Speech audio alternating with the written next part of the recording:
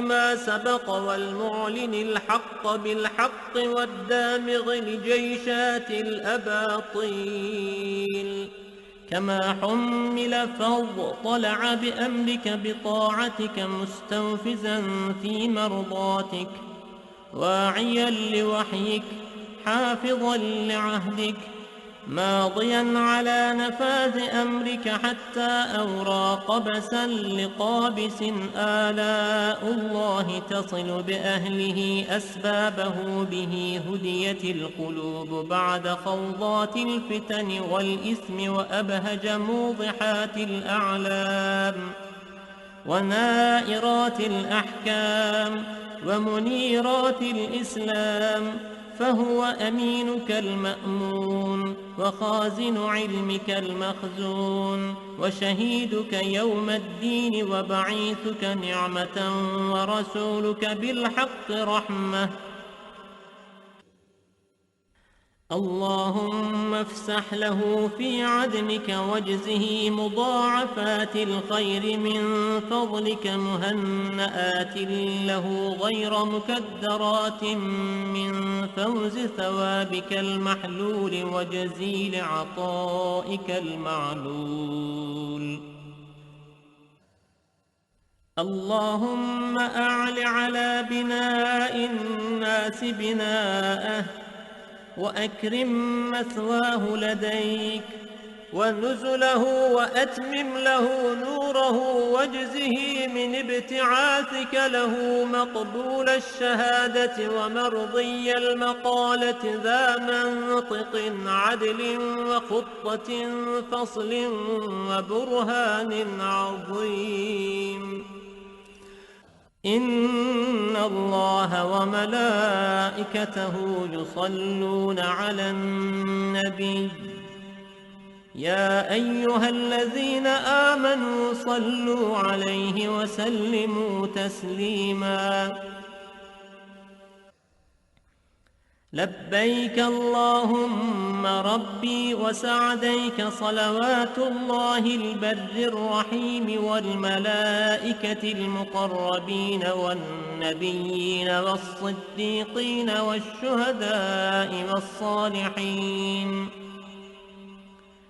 وما سبح لك من شيء يا رب العالمين على سيدنا محمد بن عبد الله خاتم النبيين وسيد المرسلين وإمام المتقين ورسول رب العالمين الشاهد البشير الداعي إليك بإذنك السراج المنير عليه السلام. اللهم اجعل صلواتك وبركاتك ورحمتك على سيد المرسلين وإمام المتقين وخاتم النبيين سيدنا محمد عبدك ورسولك إمام الخير وقائد الخير ورسول الرحمة. اللهم ابعثه مقاما محمودا يغبطه فيه الأولون والآخرون. اللهم صل على سيدنا محمد وعلى آل سيدنا محمد كما صليت على سيدنا إبراهيم إنك حميد مجيد. اللهم بارك على سيدنا محمد وعلى آل سيدنا محمد كما باركت على سيدنا إبراهيم إنك حميد مجيد. اللهم صل على سيدنا محمد وعلى آله وأصحابه وأولاده وأزواجه وذريته وأهل بيته وأصهاره وأنصاره وأشياعه ومحبه وأمته وعلينا معهم أجمعين يا أرحم الراحمين. اللهم صل على سيدنا محمد عدد من صلى عليه، وصل على سيدنا محمد عدد من لم يصل عليه، وصل على سيدنا محمد كما أمرتنا بالصلاة عليه، وصل عليه كما يحب أن يصلى عليه. اللهم صل على سيدنا محمد وعلى آل سيدنا محمد كما أمرتنا أن نصلي عليه. اللهم صل على سيدنا محمد وعلى آل سيدنا محمد كما هو أهله. اللهم صل على سيدنا محمد وعلى آل سيدنا محمد كما تحب وترضاه له. اللهم يا رب سيدنا محمد وآل سيدنا محمد صل على سيدنا محمد وآل سيدنا محمد، وأعط سيدنا محمدا الدرجة والوسيلة في الجنة. اللهم يا رب سيدنا محمد وآل سيدنا محمد اجز سيدنا محمدا صلى الله عليه وسلم ما هو أهله. اللهم صل على سيدنا محمد وعلى آل سيدنا محمد وعلى أهل بيته. اللهم صل على سيدنا محمد وعلى آل سيدنا محمد حتى لا يبقى من الصلاة شيء، وارحم سيدنا محمدا وآل سيدنا محمد حتى لا يبقى من الرحمة شيء، وبارك على سيدنا محمد وعلى آل سيدنا محمد حتى لا يبقى من البركة شيء، وسلم على سيدنا محمد وعلى آل سيدنا محمد حتى لا يبقى من السلام شيء. اللهم صل على سيدنا محمد في الأولين، وصل على سيدنا محمد في الآخرين، وصل على سيدنا محمد في النبيين، وصل على سيدنا محمد في المرسلين، وصل على سيدنا محمد في الملأ الأعلى إلى يوم الدين. اللهم أعط سيدنا محمدا الوسيلة والفضيلة والشرف والدرجة الكبيرة. اللهم إني آمنت بسيدنا محمد ولم أره، فلا تحرمني في الجنان رؤيته، وارزقني صحبته، وتوفني على ملته، واسقني من حوضه مشربا رويا سائغا هنيئا لا نظمأ بعده أبدا، إنك على كل شيء قدير. اللهم أبلغ روح سيدنا محمد مني تحية وسلاما. اللهم وكما آمنت بسيدنا محمد ولم أره، فلا تحرمني في الجنان رؤيته. اللهم تقبل شفاعة سيدنا محمد الكبرى، وارفع درجته العليا، وآته سؤله في الآخرة والأولى، كما آتيت سيدنا إبراهيم وسيدنا موسى. اللهم صل على سيدنا محمد وعلى آل سيدنا محمد كما صليت على سيدنا إبراهيم وعلى آل سيدنا إبراهيم، وبارك على سيدنا محمد وعلى آل سيدنا محمد كما باركت على سيدنا إبراهيم وعلى آل سيدنا إبراهيم إنك حميد مجيد. اللهم صل وسلم وبارك على سيدنا محمد نبيك ورسولك وسيدنا إبراهيم خليلك وصفيك وسيدنا موسى كليمك ونجيك وسيدنا عيسى روحك وكلمتك وعلى جميع ملائكتك ورسلك وأنبيائك وخيرتك من خلقك وأصفيائك وخاصتك وأوليائك من أهل أرضك وسمائك. وصلى الله على سيدنا محمد عدد خلقه ورضاء نفسه وزنة عرشه ومداد كلماته وكما هو أهله، وكلما ذكره الذاكرون وغفل عن ذكره الغافلون، وعلى أهل بيته وعترته الطاهرين وسلم تسليما. اللهم صل على سيدنا محمد وعلى أزواجه وذريته وعلى جميع النبيين والمرسلين والملائكة والمقربين وجميع عباد الله الصالحين عدد ما أمطرت السماء منذ بنيتها. وصل على سيدنا محمد عدد ما أنبتت الأرض منذ دحوتها.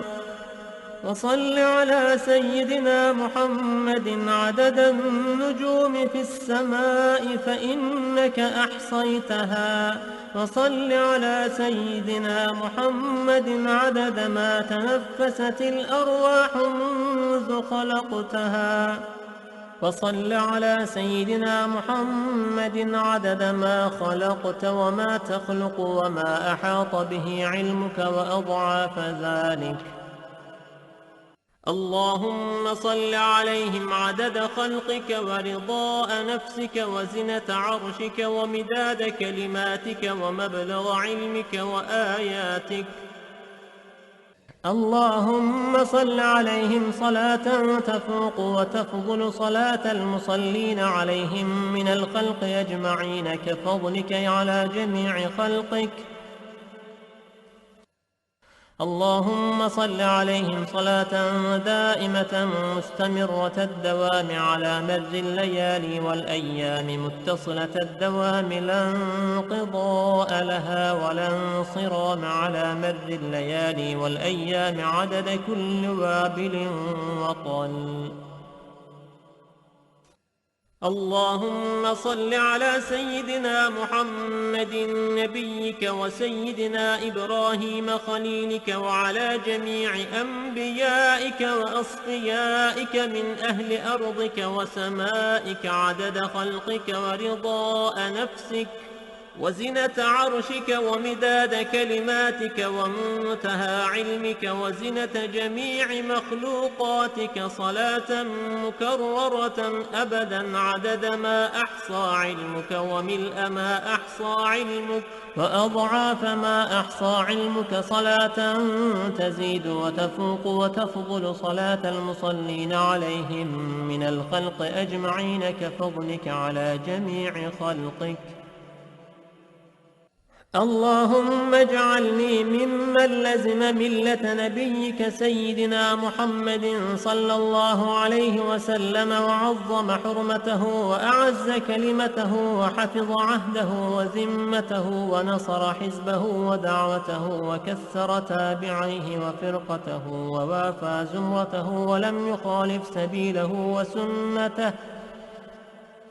اللهم إني أسألك الاستمساك بسنته وأعوذ بك من الانحراف عما جاء به.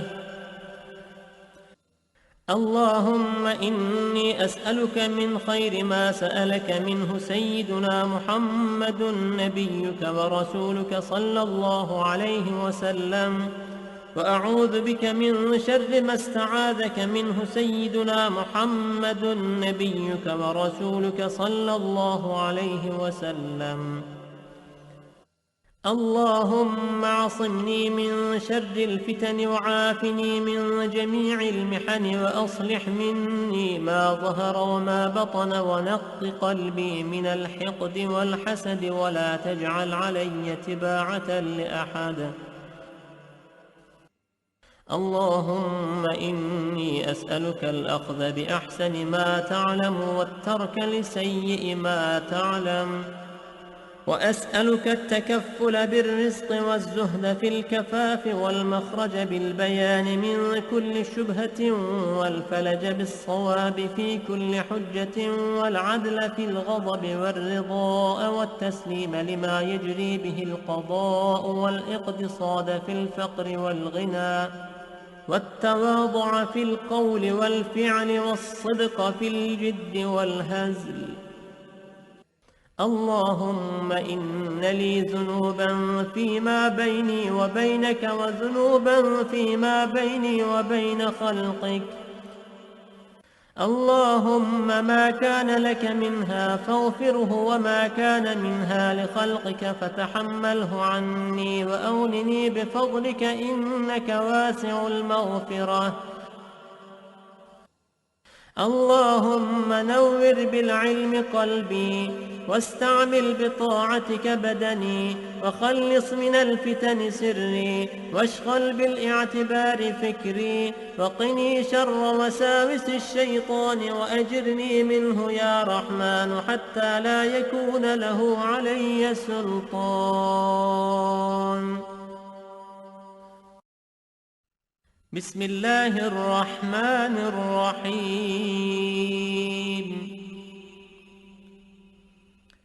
صلى الله على سيدنا ومولانا محمد وعلى آله وصحبه وسلم. اللهم صل على سيدنا محمد وأزواجه وذريته كما صليت على سيدنا إبراهيم وبارك على سيدنا محمد وأزواجه وذريته كما باركت على آل سيدنا إبراهيم إنك حميد مجيد.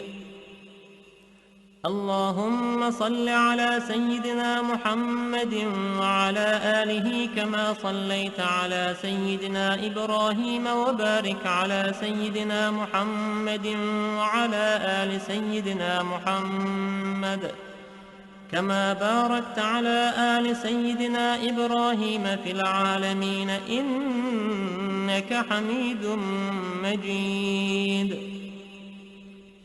اللهم صل على سيدنا محمد وآل سيدنا محمد كما صليت على سيدنا إبراهيم وبارك على سيدنا محمد وآل سيدنا محمد كما باركت على سيدنا إبراهيم إنك حميد مجيد. اللهم صل على سيدنا محمد النبي الأمي وعلى آل سيدنا محمد. اللهم صل على سيدنا محمد عبدك ورسولك. اللهم صل على سيدنا محمد وعلى آل سيدنا محمد كما صليت على سيدنا إبراهيم وعلى آل سيدنا إبراهيم إنك حميد مجيد. اللهم بارك على سيدنا محمد وعلى آل سيدنا محمد كما باركت على سيدنا إبراهيم وعلى آل سيدنا إبراهيم إنك حميد مجيد. اللهم وترحم على سيدنا محمد وعلى آل سيدنا محمد كما ترحمت على سيدنا إبراهيم وعلى آل سيدنا إبراهيم إنك حميد مجيد. اللهم وتحنن على سيدنا محمد وعلى آل سيدنا محمد كما تحننت على سيدنا إبراهيم وعلى آل سيدنا إبراهيم إنك حميد مجيد. اللهم وسلم على سيدنا محمد وعلى آل سيدنا محمد كما سلمت على سيدنا إبراهيم وعلى آل سيدنا إبراهيم إنك حميد مجيد. اللهم صل على سيدنا محمد وعلى آل سيدنا محمد وارحم سيدنا محمدا وآل سيدنا محمد وبارك على سيدنا محمد وعلى آل سيدنا محمد كما صليت ورحمت وباركت على سيدنا إبراهيم وعلى آل سيدنا إبراهيم في العالمين إنك حميد مجيد. اللهم صل على سيدنا محمد النبي وأزواجه أمهات المؤمنين وذريته وأهل بيته كما صليت على سيدنا إبراهيم إنك حميد مجيد. اللهم بارك على سيدنا محمد وعلى آل سيدنا محمد كما باركت على سيدنا إبراهيم إنك حميد مجيد. اللهم داحي المدحوات وبارئ المسموكات وجبار القلوب على فطرتها شقيها وسعيدها اجعل شرائف صلواتك ونوامي بركاتك ورأفة تحننك على سيدنا محمد عبدك ورسولك الفاتح لما أغلق والخاتم لما سبق والمعلن الحق بالحق والدامغ لجيشات الأباطيل كما حمل فاضطلع بأمرك بطاعتك مستوفزا في مرضاتك واعيا لوحيك حافظا لعهدك ماضيا على نفاذ أمرك حتى أورى قبسا لقابس آلاء الله تصل بأهله أسبابه به هديت القلوب بعد خوضات الفتن والإثم وأبهج موضحات الأعلام ونائرات الأحكام ومنيرات الإسلام فهو أمينك المأمون وخازن علمك المخزون وشهيدك يوم الدين وبعيثك نعمة ورسولك بالحق رحمة. اللهم افسح له في عدنك واجزه مضاعفات الخير من فضلك مهنآت له غير مكدرات من فوز ثوابك المحلول وجزيل عطائك المعلول. اللهم أعل على بناء الناس بناءه، وأكرم مثواه لديك ونزله، وأتمم له نوره، واجزه من ابتعاثك له مقبول الشهادة ومرضي المقالة، ذا منطق عدل وخطة فصل وبرهان عظيم. إن الله وملائكته يصلون على النبي، يا أيها الذين آمنوا صلوا عليه وسلموا تسليما. لبيك اللهم ربي وسعديك، صلوات الله البر الرحيم والملائكة المقربين والنبيين والصديقين والشهداء والصالحين، وما سبح لك من شيء يا رب العالمين، على سيدنا محمد بن عبد الله، خاتم النبيين وسيد المرسلين وإمام المتقين ورسول رب العالمين، الشاهد البشير الداعي إليك بإذنك، السراج المنير عليه السلام. اللهم اجعل صلواتك وبركاتك ورحمتك على سيد المرسلين وإمام المتقين وخاتم النبيين، سيدنا محمد عبدك ورسولك، إمام الخير وقائد الخير ورسول الرحمة. اللهم ابعثه مقاما محمودا يغبطه فيه الأولون والآخرون.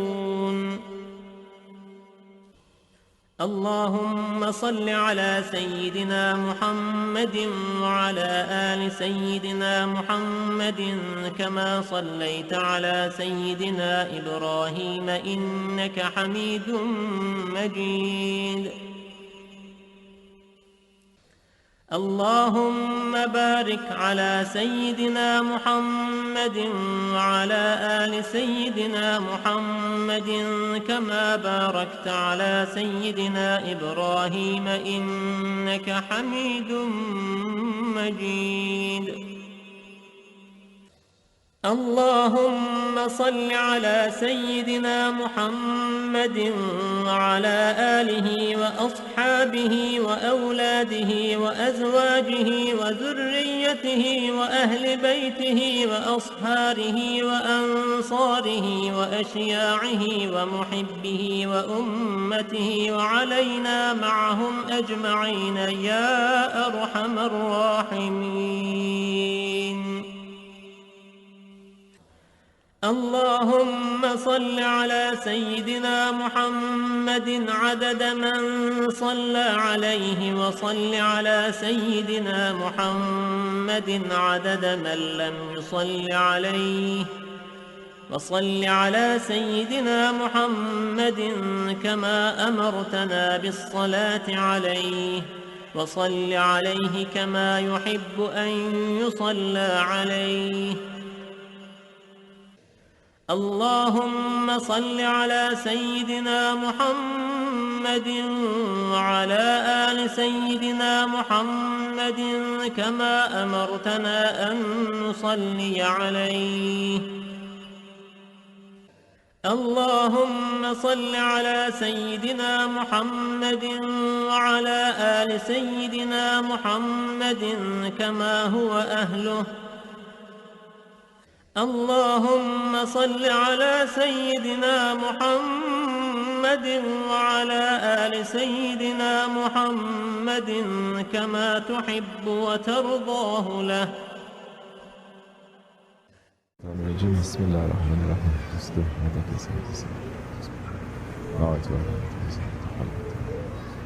حسبنا